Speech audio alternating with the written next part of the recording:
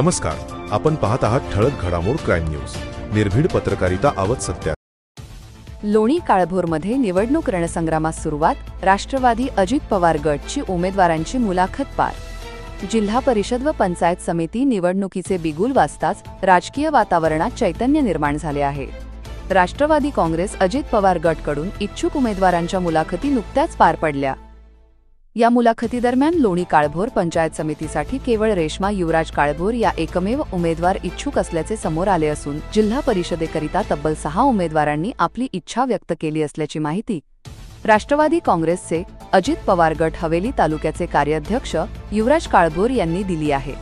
जिल्हा परिषदेसाठी इच्छुक उमेदवारांची नावे पुढील प्रमाणे: पूनम काळभोर, गायकवाड, पूजा दीपक काळभोर, सिंपल गणेश कांबळे, शीतल सुजित कांबळे, अनिता सूर्यकांत गवळी व वडकी येथील चौरे पूर्ण नाव माहीत नाही हे उमेदवार इच्छुक आहेत।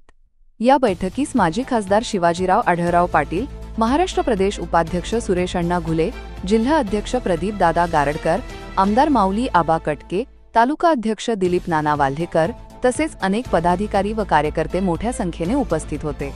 या मुलाखतीनंतर राष्ट्रवादी अजित पवार गटाकडून संघटन बांधणीला वेग आला असून आगामी निवडणुकीत कार्यकर्त्यांमध्ये नवऊर्जा निर्माण झाल्याचे चित्र दिसून येत आहे।